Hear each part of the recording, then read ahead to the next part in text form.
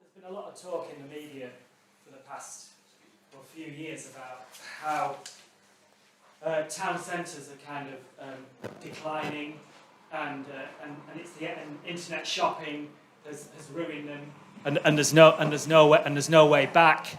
Well, it's rubbish. There's never been a more exciting time for town centres, and some town centres and some towns are absolutely flying at the moment, and it's just about getting it right.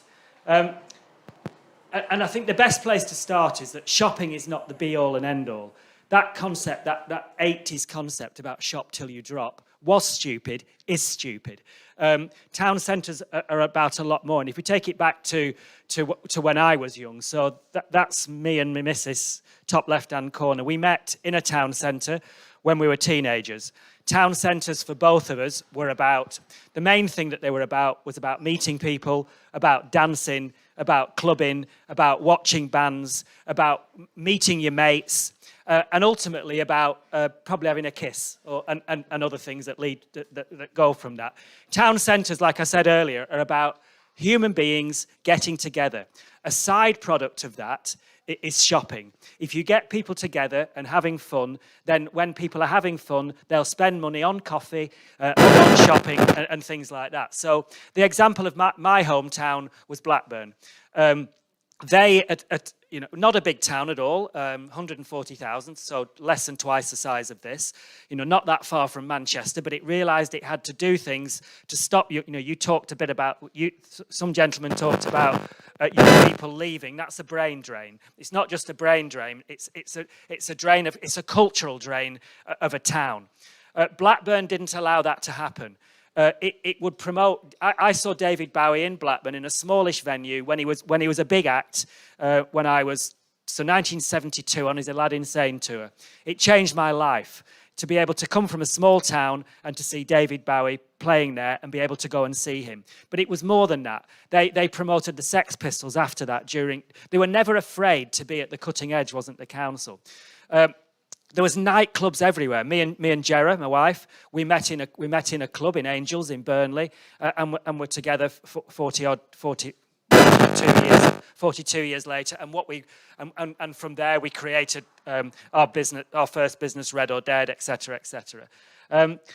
But also when we moved to London in 1979, that the reason people seem to forget why London is so popular with young people. And people think that London is this place where it's that really expensive city where you can't afford a house and where it's really, really busy.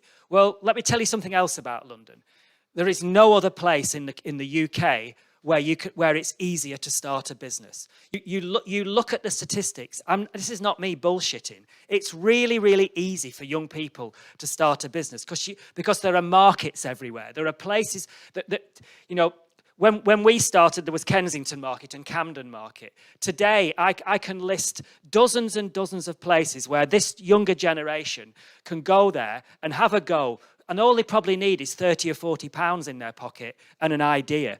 We run 3 or 4 of those. We know loads of other businesses that run them. So you've got this big, expensive city where oligarchs live, but where young people can have a go. And that is the pull.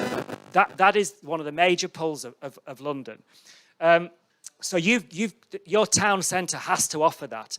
It has to feel that this generation that sat on that table there and sat on the front here, that they want to stay here because they can earn their living in an exciting way, in a social environment. And that, Tesco have got nothing to do with that. Marks and Spencers have got nothing to do with that. It's great that they're there and they're important, and I'm not saying you get rid of those.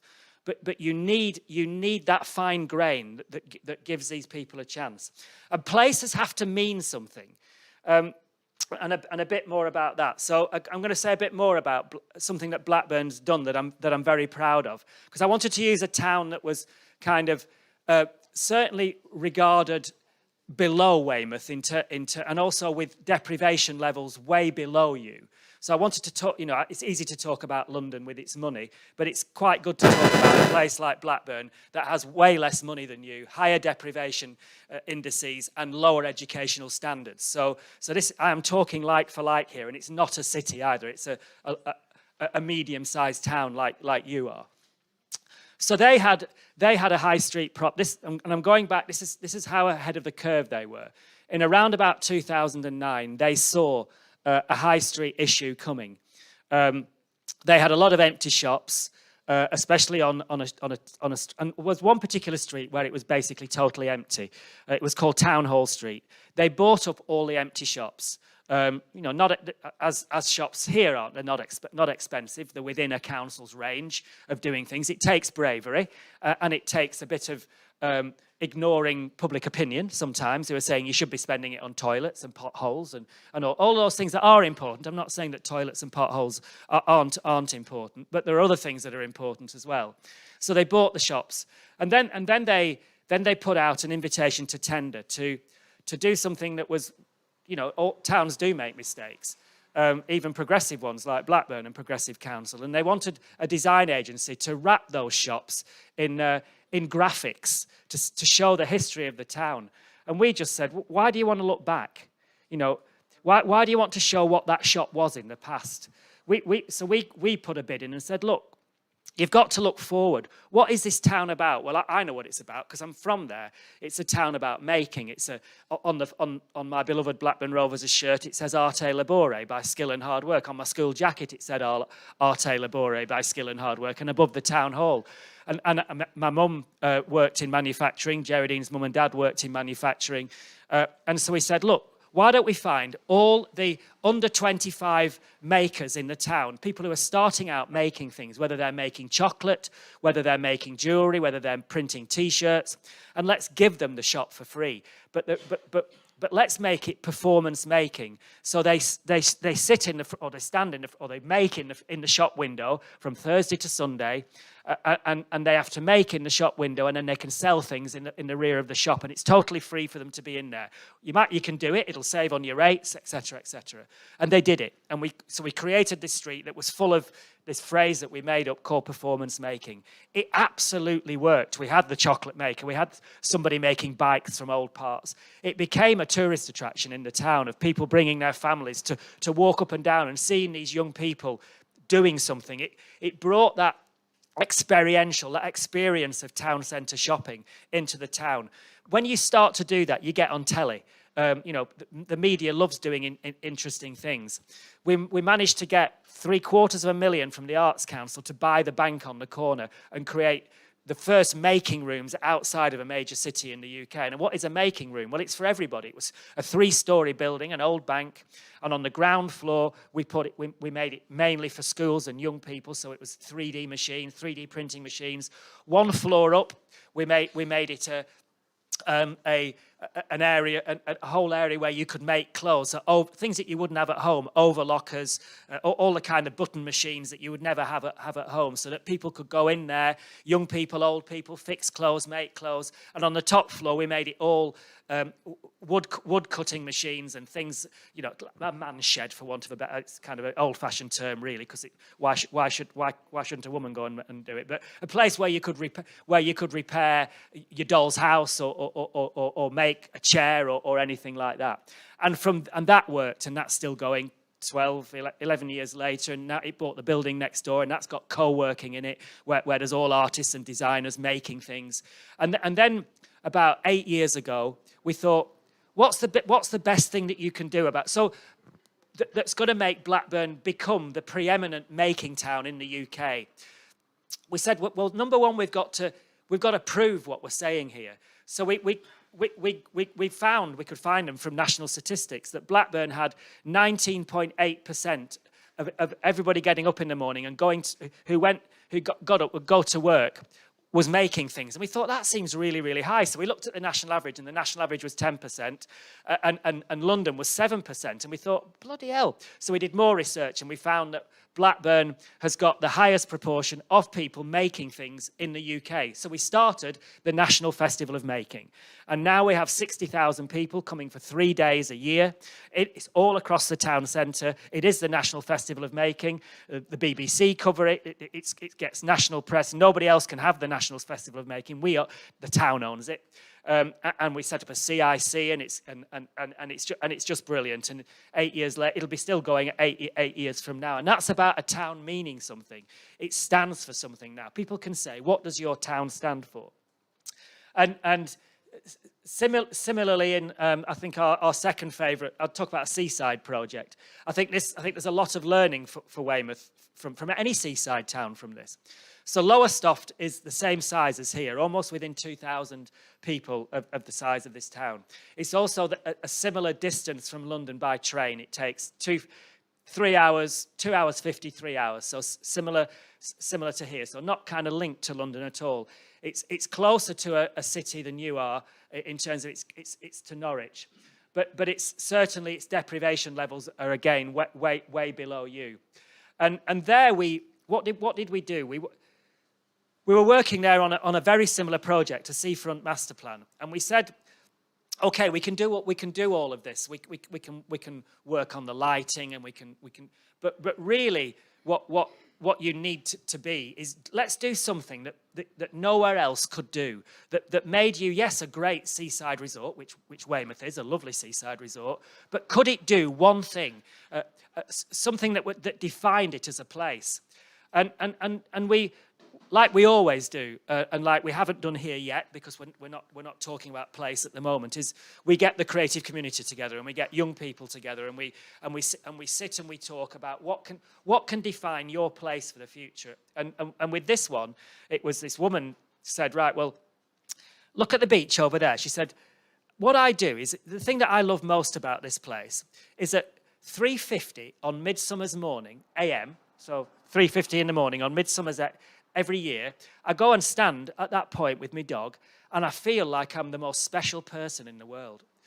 And I said, what do you mean? She said, well, that I get there. I feel like I'm getting to feel the first light of midsummer hitting the UK. So does anybody know why she said that? Pardon? Yeah, so who knew that Lowestoft had the most easterly beach in the UK? We all know about the Lizard and Land's End and John O'Groats, north, south, west, all of that. And so what did we do? Anyway, we came up with the idea of, all right then, on that spot, Midsummer's weekend, the closest weekend to Midsummer every year, let's do a festival and call it First Light. And let's do it focused around that and make it all about the environment, but also let's do it from 12 o'clock on the Saturday to 12 o'clock on the Sunday, and watch the light change all the way through. And we all thought, are we going to be allowed to do that? Will a council allow us to build stages? And we said, but the important thing is that people stay all night, and families stay all night, and they can camp, under the stars, or they can bring. And lo and behold, we are now 4 years into this, 65,000 people on the beach last summer, including thousands sleeping on the beach, thousands coming to it because of it's so brilliant. Danny Boyle, for free, curating the film effort. If you do something really different, and please type in First Light Lowestoft. On the back of it, the funding that we're getting. So far, the council tell us on the back of it from government, we've had 360 million on the back of it, because it means that now we're able to do. Lowestoft has got this philosophy of shining first light on new talent, shining first light on new businesses. You have a narrative. You build a narrative. And it's that narrative about place and about towns that makes, but you only do it with bravery. I would ask this town, are you capable of being as brave as Lowestoft? And I think if you are, then you've got a chance. At the end, urban design is all about generosity, bravery, and there's a difference between bravery and being stupid. bravery comes from control as well, and all of that. And it's also about, I've got 10 minutes left, that's right, isn't it? Yeah. And it's also about places that create values. I think a place that understands what it is has got a real chance of succeeding. And we've been working, I'm very proud of this project. So we did a place brand fairly recent, well, a couple of years ago now, for the city of York. Now, what is a place brand? So a lot of people think that a brand is about a logo. And a lot of towns think that a place brand is about a logo. But York did things exactly right. They put an invitation to tender out. We assembled an international team of thinkers. And the reason we went for that project is because York stated that they want to understand what they stand for, and they want a brand, but they want no graphic design and no logo at the end of it. And we love the idea of a city that wanted no brand, that wanted to know what it stood for, but didn't want a logo at the end of it. Because brands are not about logos. That's something that you might think about at the end, but it's quite good if you don't, actually. I quite like the idea of a city or a town that doesn't even have a crest. But people know what that town stands for. Lowestoft doesn't have a logo. It doesn't need one now. Blackburn doesn't have a logo anymore. It doesn't use Arte Labore. It's just known as the town of making. So we worked with over 6,000 people from York. We came up with 3 core values: making history every day, prioritising the human experience, pioneering with purpose. It does all of those things. It was the pioneering with purpose. It was the first city to have major social housing, with a very famous development called New Urswick, which was the Joseph Rowntree Foundation, still the best social housing in the world, without in my opinion. Prioritising the human experience. It's done so many. It's discovered, or it's very close to. It's the world leading university and science place for malaria treatment in the world. Who knew that? Most people think of York as York Minster, just about history, but my God, is it future facing? And so we brought all of that future facing out. We obviously didn't ignore making history every day. Of course it made history with York Minster, but it continues to make history, and it doesn't rely on the past. But we don't push the past away. The past is really important, because that informs where you're going. So we're not talking about not looking at the past. Here, you've got amazing historical buildings. This is one of them. Amazing quayside building. But look what you're doing in it. E-bikes, and that's perfection. Bringing those two together. I don't want pain or a free hot chocolate for that. It's fine. And so what did? And the interesting thing is that what did York do next? Once it had got its values, the first thing it did, and this is pre-COVID, it announced in 2019. This is in the Independent or the Guardian in 2019. It said it was going to ban private journeys from the city centre within 3 years. Completely ban cars from a city that big. Think about it, and it's doing it. And when you do that, what's the consequential result of that? The next thing was that Active England, which is the new body for cycling, it's very apt that I'm talking about this in here, for cycling and walking, 1,500 employees, £10 million investment. Where's it being set up, and why is it being set up? Being set up it's open now. The first set of people have moved from London to go and live in York because of that. And etc. If people know what you stand for, the money comes and the people come, and that's important. We're doing something very similar in Basingstoke, difficult town, but again, working out with the people what it stands for. I'm going to finish. Oh, no, I've got a few minutes yet. And places that become joined up. So I think one of the things that we are going to try and achieve here. This is a master plan for Cleethorpes, which you can look online if you type in Hemmingway design, seafront master plan Cleethorpes. You'll be able to see the kind of things we do. And I think the Cleethorpes one, a smaller town than this, 40-odd thousand, east coast. I'm very pleased with what's going on there, because what we managed to do is to join up the town centre. That thing I talked about earlier is, you have to make your town centre work by not just thinking about the shops that are in it, but how the whole thing flows. And, you know, you have got here a wonderful promenade, beach to die for, lovely architecture, and vast numbers of people that use it. But there's a disconnect with your town centre. Quite clearly, the disconnect is that the town centre is not living up to this. And as you walk round to the front, everybody who comes here in our team feels that there's that disconnect.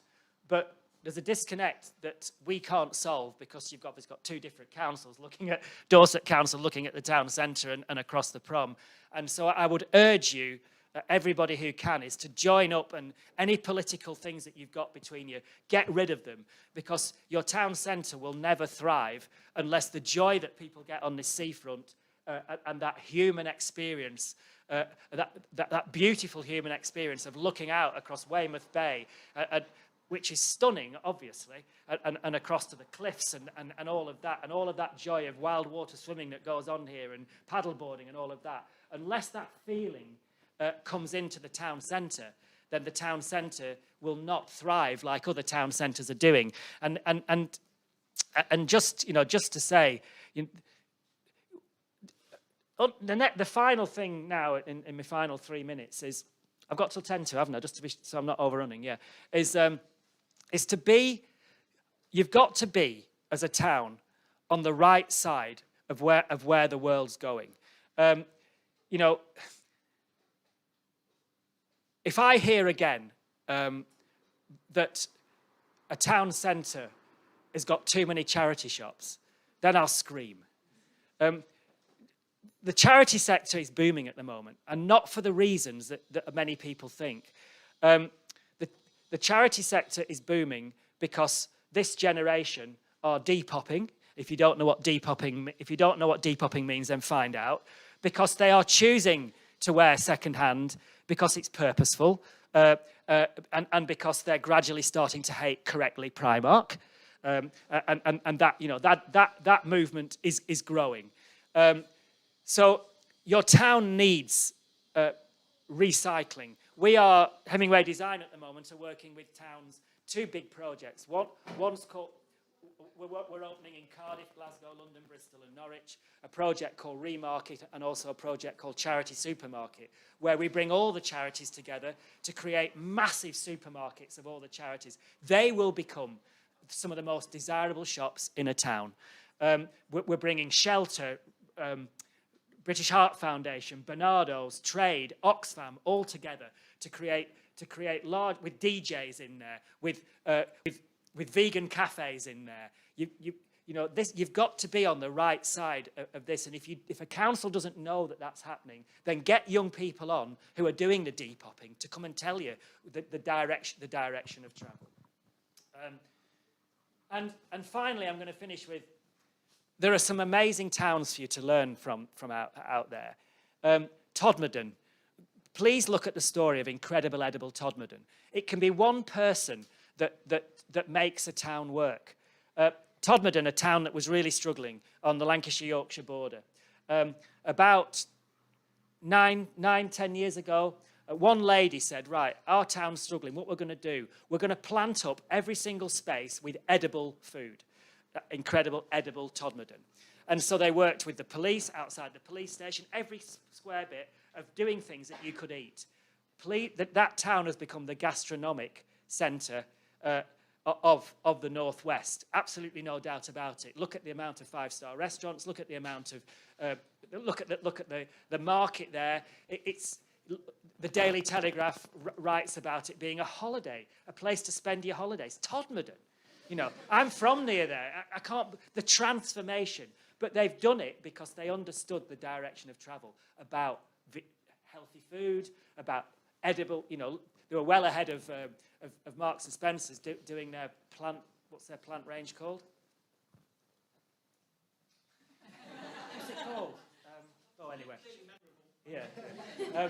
So they were ahead of that. Likewise, if you look at Hebden Bridge, another Yorkshire town, they became, you know, they probably are the LGBTQ plus capital of Britain right now. An old-fashioned town that decided to be open And that town is thriving. Oh my God, is Hebden. If you ever get the chance, if you ever go up north to Yorkshire, go to Hebden Bridge and just look at the excitement when you step into that town. By being slightly left field, but more than that, by being open and by understanding where society is going. And then you probably know Frome. You're within reach of Frome. What an amazing place. Frome Market. That sums up, those pictures sum up Frome to me. A place of people where they come out, where they celebrate. And they've done that through curation, through understanding the direction of travel. We're working in Andover and doing something similar. Finished. Just on time. Look at that.